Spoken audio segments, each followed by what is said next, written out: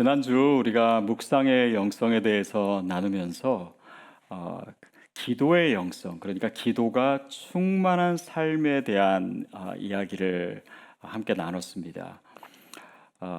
근데 리차드 포스터는 이 기도로 충만한 삶을 사는 자들을 가리켜서 아름다운 영혼을 소유한 자라고 그의 책에 표현했습니다.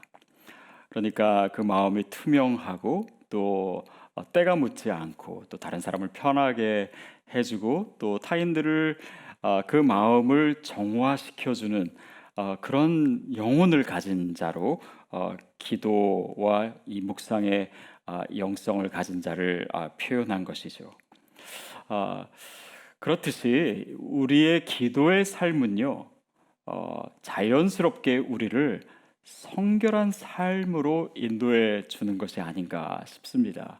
그래서 오늘 우리가 이야기할 것은 두 번째 이 영성의 흐름인 성결입니다. 성결이라고 하는 주제는 우리 미주 성결교 신학교의 총장님이신 우리 이상원 목사님이 설교하시면 더 좋을 것 같긴 하지만 장로교 출신인 제가 말씀을 전합니다. 그렇지만 이 성결은 사실은 교단을 초월해서 크리스찬이라면 누구든지 이 문제에 대해서 심각해야 되고 또 이 성결을 위해서 늘 몸부림쳐야 되는 것이 아닌가 싶습니다. 성결의 운동은 교회사에서 봤을 때 굉장히 중요한 위치를 차지하고 있습니다. 12세기에 있었던 시토스도회, 그리고 16세기의 제세례파, 또 17세기의 청교도 운동, 그리고 18세기에 있었던 감리교를 중심으로 한 그런 성결 운동들이 있었죠. 또 19세기 말부터는 영국의 캐직 운동 등이 이 성결의 운동, 그러니까 그 흐름을 이어가고 있습니다. 물론 지금도 계속되고 있지요.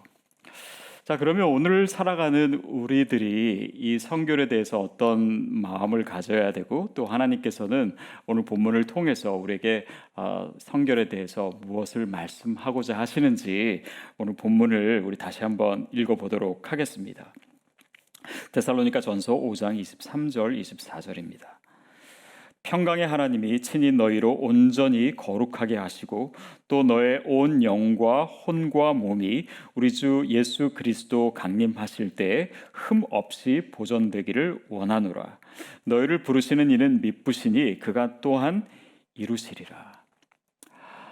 성결이라고 하는 것이 사실 크리스천의 삶에서 너무 분명하고 또 우리가 무엇을 해야 되고 무엇을 안 해야 되는 것이 선명한 것 같지만 자칫하면 우리가 성경이 말하고자 하는 성결의 길에서 어긋날 수가 있습니다. 그래서 이 성결을 조금 더 깊이 생각해 보는 것이 필요한데요. 먼저는 성결은 우리가 흔히 생각하듯이 행위의 문제가 아니라 사실은 관계의 문제입니다. 오늘 본문 시작을 평강의 하나님이 이렇게 시작하고 있습니다. 평강이라고 하면 화평이지요. 즉 죄로 인해서 멀어진 하나님과 우리와의 관계가 회복되었습니다. 어떻게요? 그가 아들 예수 그리스도를 우리에게 보내심으로. 그러니까 이 평강의 하나님은 우리와 관계하기를 원하시는 하나님이시고 또 그가 우리의 삶에 이 성결을 명하시고 우리 삶을 그렇게 이끄실 때는 주님과의 친밀한 관계 속에서 그렇게 하신다라고 하는 의미로 생각해 볼 수 있습니다. 우리가 구약의 인물 중에 대표적으로 이제 다윗을 얘기하면서 다윗이 이스라엘의 가장 위대한 왕이었고 또 그가 죄를 저지르고 또 죄인이었음에도 불구하고 하나님께서 그를 이스라엘의 거룩한 자로 여기셨습니다. 그 모습을 보면서 성결이라고 하는 문제 또 하나님의 마음에 합하다라고 하는 그 다윗을 생각하면서 그 성결은 단지 행동의 문제가 아니다라고 하는 것을 우리가 생각해 볼 수 있습니다. 저에게는 남동생이 하나 있습니다. 근데 제 남동생이요, 저보다 키도 크고 또 등치가 이렇게 좋은데도 불구하고 저보다 훨씬 더 귀엽습니다. 제 동생이 귀여운 이유는 제가 워낙 귀엽지 않기 때문에 저보다 더 귀여워요. 근데 이제 어렸을 때 모습을 생각해 보면 저와 다른 것들이 좀 많았습니다. 예를 들면 저는 이제 뭐 부모님께 혼이 나거나 아니면 제가 매맞을 짓을 했을 때 그냥 되게 담대하게 맞았어요. 때리신다고 하면은 그냥 저 때리세요. 뭐 맞겠습니다. 뭐 이렇게 폼을 잡으면서 맞았는데 제 동생은 좀 그렇지 않았어요. 일단은 뭔가 잘못한 것이 있으면 부모님에게 이렇게 싹싹 빌었어요. 그리고 어머니가 회초리를 들고 달려오실 때면 도망 다녔습니다. 그리고 그러다가도 이제 도망이 안 되고 이렇게 구석에 몰릴 때가 되면은 그냥 아예 어머니 품에 그냥 안겨버리는 그런 아들이었어요.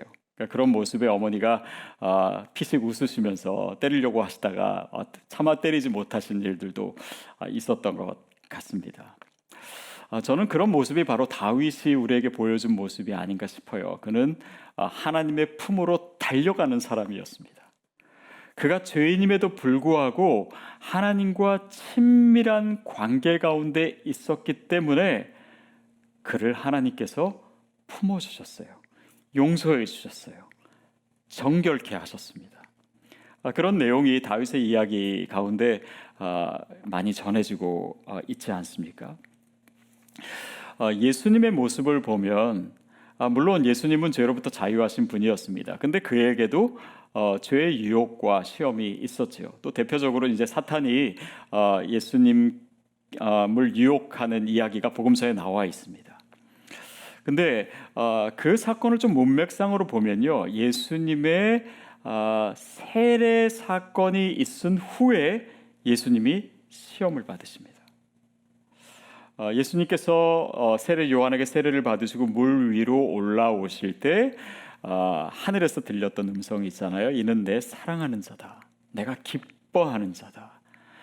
그러니까 그 세례를 통해서 하나님과의 친밀한 관계를 그 음성을 통해서 확인해 주셨습니다. 저는 그 메시지가 이 시험 받으시는 예수님의 사건에 있어서 굉장히 중요한 의미를 차지한다라고 생각이 듭니다. 그 말은 예수님께서 물론 그분 자신은 하나님이시고 또 죄에 짓지 않으시는 분이시지만 그런 모습을 우리에게 보여주신 것은 우리가 하나님 안에서 얼마나 사랑받고 또 그분의 자녀됨에 대한 견고한 확신 가운데 있을 때 우리가 죄의 유혹을 이길 수 있음을 그가 몸소 보여주신 것이 아닌가 싶습니다. 그래서 성결의 문제는 내가 무엇을 하고 안 하고 또 어떤 그런 규정을 지키고 안 지키고의 문제이기 앞서 우리가 하나님 앞에서 누구인가, 그분과의 관계 속에서 내가 얼마나 그 확신과 믿음을 가지고 있는가, 이것이 오늘 이 성결의 문제에 있어서 우리가 먼저 생각해야 될 것이죠. 그래서 하나님과의 관계가 회복되는 것이 성결에 있어서 중요합니다. 다시 말하면 성결은 하나님과의 회복된 관계에서 오는 것입니다. 그러지 않고 우리가 주님으로부터 멀어질 때 죄의 유혹은 더 거세지고 우리가 그것을 이기지 못하게 되는 것이죠. 사랑하는 여러분, 오늘 여러분이 하나님의 사랑받는 자녀임을 다시 한번 분명하게 기억하십시오. 그리고 그 영적인 자존감으로 이 유혹이 많고 죄가 많은 세상 가운데 서십시오. 그럴 때 그 관계가 우리의 삶을 어떻게 이끄시는지 우리가 날마다 체험하는 것이 바로 성결의 삶입니다. 두 번째로 생각할 것은 성결은 완벽함이 아니라 되어감입니다. 사실 인간은 우리 스스로 죄의 유혹을 다 이길 수 없습니다. 그런 유혹이 있을 때, 또 우리가 실패했을 때, 우리가 죄 지었을 때 그 가운데서 우리가 자신에게 처절하게 절망하는 경험이야말로 사실은 성결함의 출발입니다. 그래서 우리 자신을 보면서 내가 얼마나 연약한지, 내가 얼마나 내 안에 거짓이 많은지, 더러움이 많은지, 얼마나 추한지, 얼마나 교만한지, 그렇게 우리 자신을 보고 우리가 실망합니다. 그러나 여러분, 우리가 그럴 때조차 하나님은 우리 자신에게 놀라거나 실망하시지 않습니다. 그것을 우리의 결격 사유로 보시는 것이 아니라 나를 고치시고 또 그것을 위해서 나를 찾아오실 이유로 보시는 것이 바로 하나님의 마음이에요. 그래서 예수님이 우리 삶에 오셨습니다.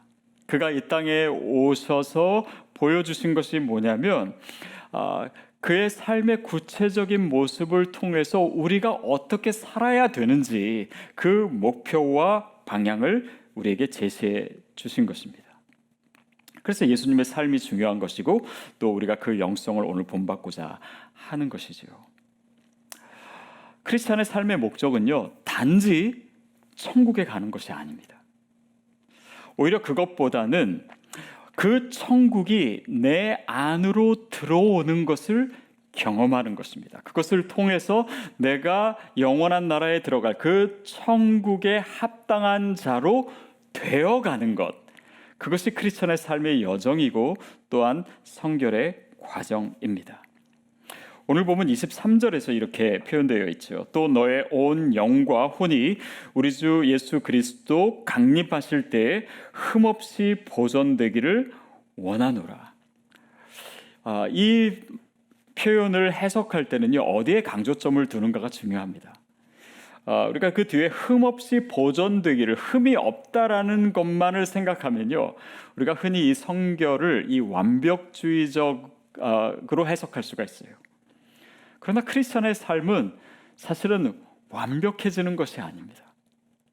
오히려 그 전에 나오는 표현인 우리 주 예수 그리스도의 강림하실 때, 이것을 우리가 눈여겨볼 필요가 있어요.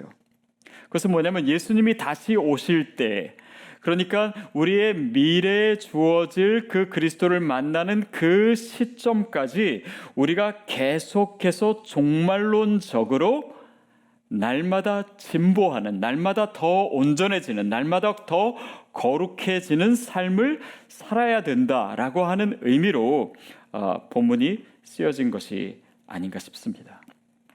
왜냐하면 사도 바울이 또 다른 곳에서는 이렇게 표현하고 있어요. 빌립보서 3장 12절 말씀입니다. 내가 이미 얻었다 함도 아니요 온전히 이루었다 함도 아니라. 크리스찬의 삶은요, 완성된 것이 아닙니다. 또 그렇게 될 수도 없습니다.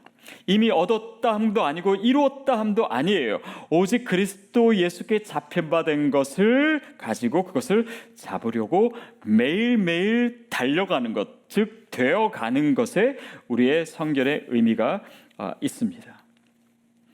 그래서 사랑하는 여러분, 안주하지 마십시오. 우리는 어제보다 더 온전해질 수 있습니다. 오늘, 그리고 내일 그리스도를 더 닮아갈 수 있습니다.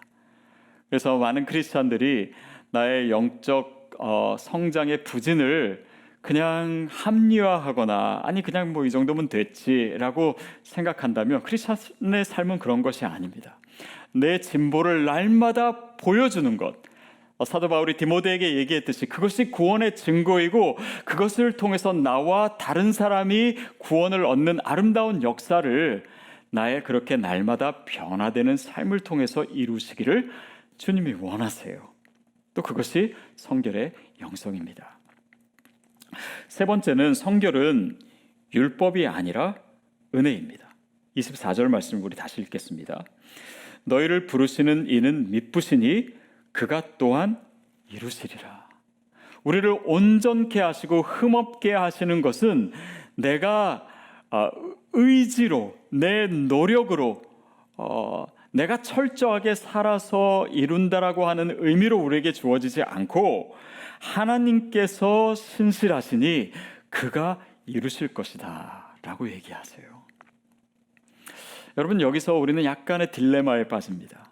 성결이라고 하면 내가 더 철저하게 하나님의 말씀대로 살아야 되는 것 아닌가? 그런데 하나님께서 다 이루신다고 하면 그냥 우리는 그냥 가만히 있으면 되는 것인가?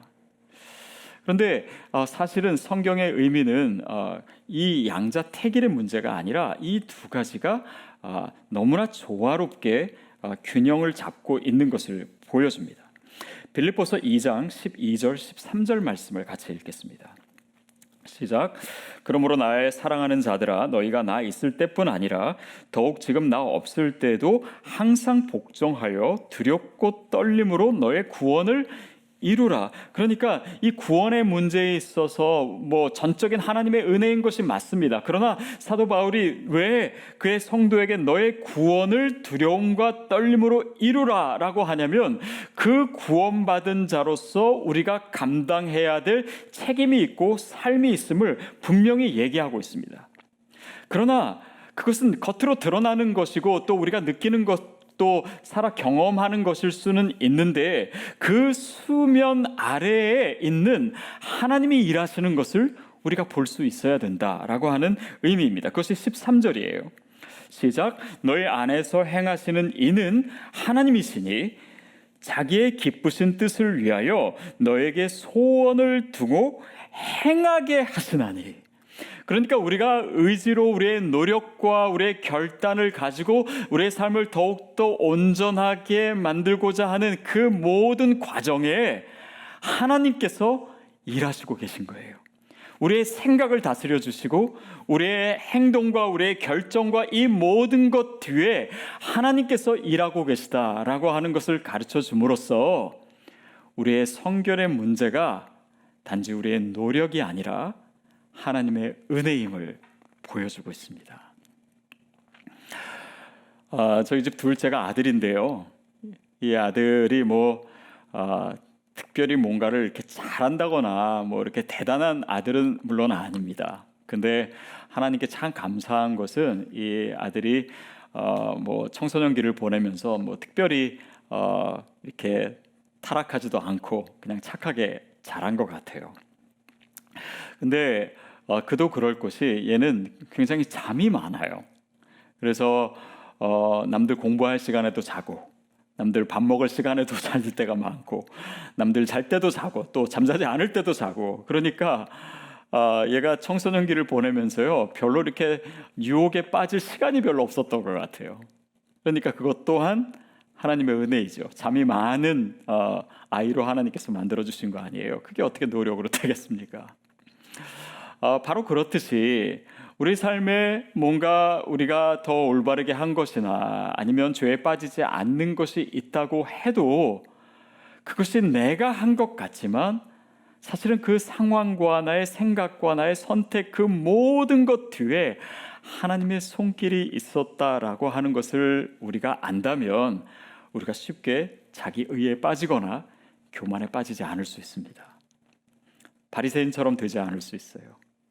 또 다른 사람을 정죄하거나 또 겉으로 드러난 모습을 가지고 누구를 정죄하거나 아니면 스스로 옳다라고 생각하지 않을 수도 있습니다. 그러니까 이 두 가지가 서로 모순되는 것이 아니라 우리의 행동과 노력과 또 하나님의 은혜가 사실 하나로 엮여져 있는 것입니다. 성결은 사실은 우리 안에 담을 수 있는 것이 아닙니다. 우리의 깨어진 그릇 안에 하나님의 그 거룩함이 어떻게 담겨지겠습니까? 그러나 그 깨어지고 연약한 그릇을 감싸고 계시는 그 하나님의 은혜로 말미암아 그 하나님의 거룩함이 그 성결함이 우리의 삶에서 회복되는 것을 경험한다면 우리는 이 성결의 삶을 살면서 주님의 은혜 가운데서 늘 감사하고 감격할 수 있는 것입니다. 저는 그것이 우리의 성결의 영성에 있어서 너무나 중요한 것 같아요.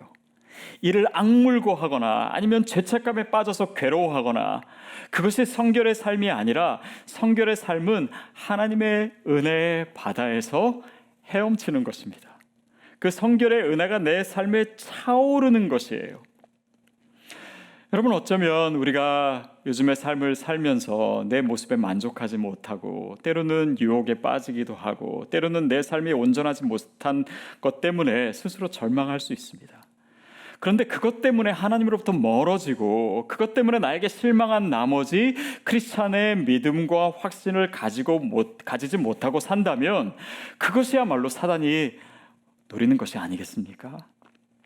오히려 우리의 정결함은 나의 행동이나 나의 어떤 것에서 오는 것이 아님을 우리가 확실히 알고 오직 그리스도의 은혜로 우리가 정결케 된 자이기 때문에 오늘 나의 생각과 나의 의지를 모든 것을 뛰어넘어서 나를 정결하다고 하시고 나를 사랑하시고 나를 기뻐하시는 그 하나님의 은혜의 바다 가운데서 늘 헤엄치면서 사는 것, 그것이 정결한 삶에 있어서 가장 핵심입니다.